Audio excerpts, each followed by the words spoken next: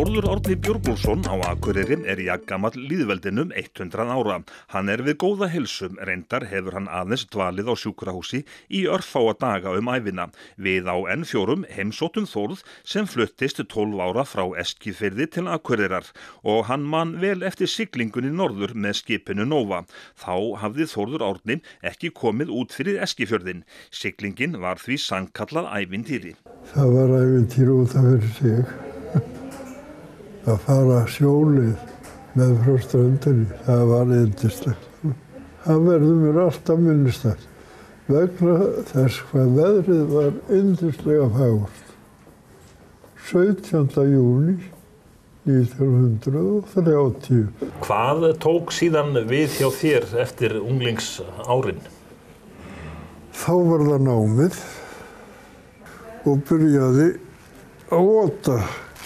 Vélsmiðjunni Ota og þá hét það vélsmíði en breyttist síðar í vélvirkjun.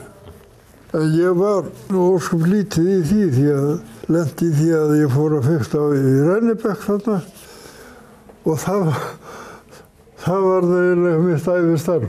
Það eiginlega óteljandi hlutir sem að lenda í Rennibekkum.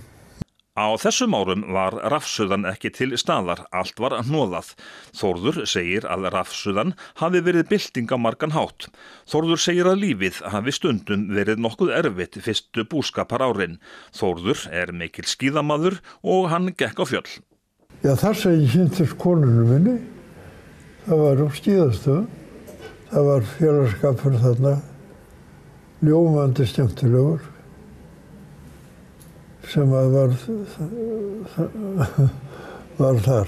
Göngustíðin mín voru svolítið breiðar heldur en venjuleg göngustíði, voru svokölluð túrskíði en vantaði stálkantana en það kom aldrei að sök. En þarna myndaðist yndislegur félagsskapur á skíðastöðum. Skíðin á ég og þau fylgdi mér bara gröfina. Þú ert búinn að vinna mikið ævina. Hvernig sjúkrasagan? Sjúkrasagan hún stutt og laggóð. Ég fékk blóðeitrun í fótinn og þá getur hún næri hvað það gerir.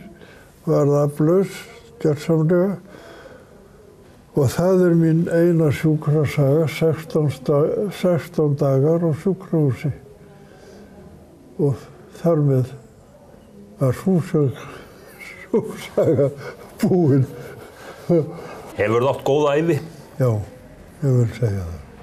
Ég hef haft góð laun í minni vinnu og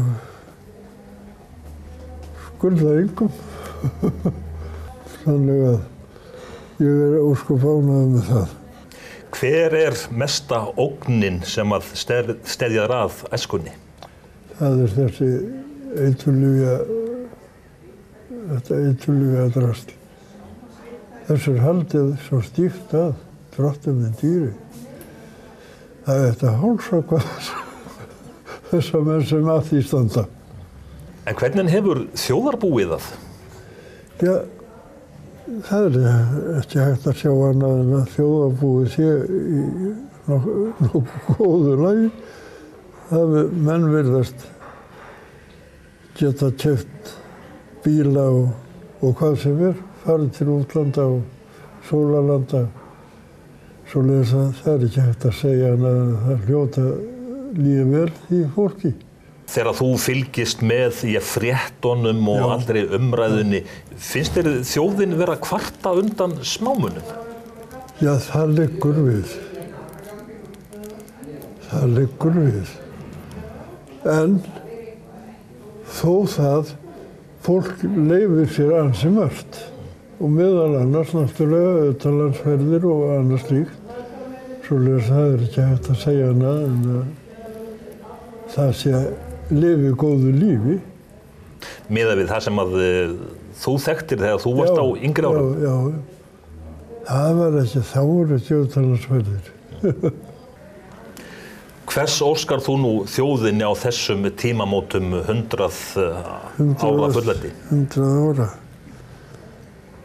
Já, það ekki hægt að óska þjóðinni annars öðru en öllu því besta. En því miður að þá verðist fólk ekki fara eftir því. Þú fylgist nú ansi með, þú fékkst þér svona vasasíma, tölvusíma þegar þú varst nýræður. Já, ég hataði tölvu áður. Mér fannst hún taka svo fjandi mikinn tíma. En já, 90 ára var ég þegar ég fékk mér þennan hérna. Já. Og borðtölvu og spjaldtölvu. Þá fékk ég áhuga. Síðast eftir því. Ég hafði haft verulega gaman af það. Já, ég skoða bara allt mögulegt. Hún er svo fróð, er óvænt að segja. Nei, ég ger nú ekki mikið að hringja, já, og þó. Hann er til þess að nota hann. Já. Er lífið búið að vera gott við þig? Já, það segja ég. Ég verð að segja það. Ég geti sagt það. Ég átti yndislega konu og alveg yndislega fjölskyldu bara heilt yfir. Ef það kæmi nú 16 ára strákur til þín eða stúlka og óskaði eftir einhverju heilræði frá þér, hvað myndirðu nú segja við unga fólkið í dag? Að stunda heilbrigt líf, láta ekki tróða inn á sig óþörfum sem eru þessi helvítis eiturlyf. En hvað myndirðu þá segja við forsætisráðherra ef hann kæmi til þín? Ég bara myndi segja við hann, haltu vel í taumana. Haltu vel í taumana. Og já, það er ekki hægt að segja. Það er hans verk. Myndirðu segja að framtíð Íslands sé björt? Já, því ekki það.